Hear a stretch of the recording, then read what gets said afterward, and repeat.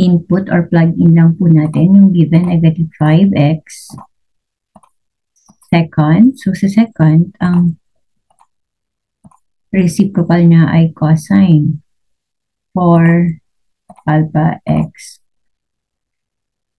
squared. Negative 5x second. Maging aware po tayo sa mga parentheses kasi dyan po nagkaka-error. Tangent 4x.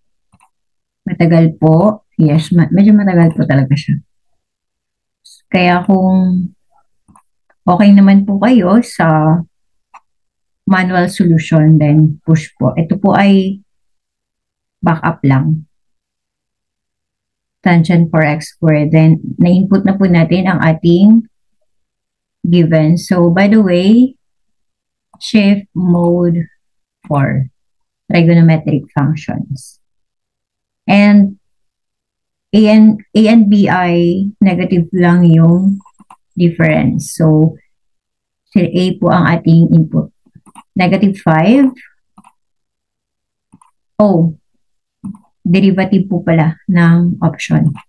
1 over cosine 4x squared. 4x squared over 8. Then, diretso na po tayo sa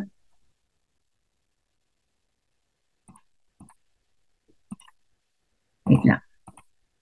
Kailangan po natin maglagay ng yan. Then, any value, 0.05. Gagamitin po natin. So, diretso na po tayo sa C. Derivative of, again, kung madali po ito sa inyo at hindi nyo po kailangan ng Caltech, skip the video. Baka po ito, lalo kapag nagkakaroon po ng errors, typo errors sa math major. 4x squared. Malaki po ang itutulong ng calculator technique sa pagdidecode.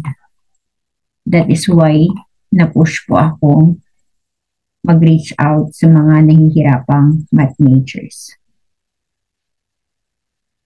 So, calc 0.05 din po.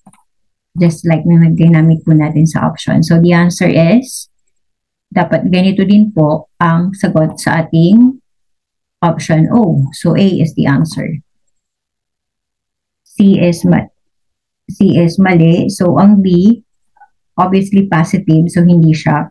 And, obviously, ang letter D po ay mali. The first thing na kailangan po natin gawin ay mag-eliminate ng mga maling answer para mas konti, mas malaki yung chance na tama yung ating sagot.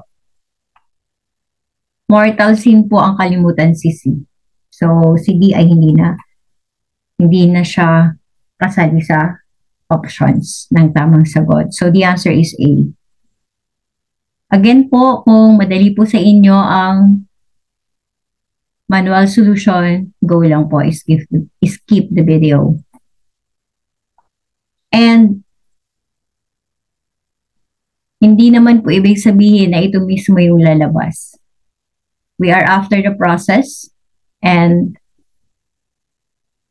the technique kung paano gagawin ang isang problem. Thank you po.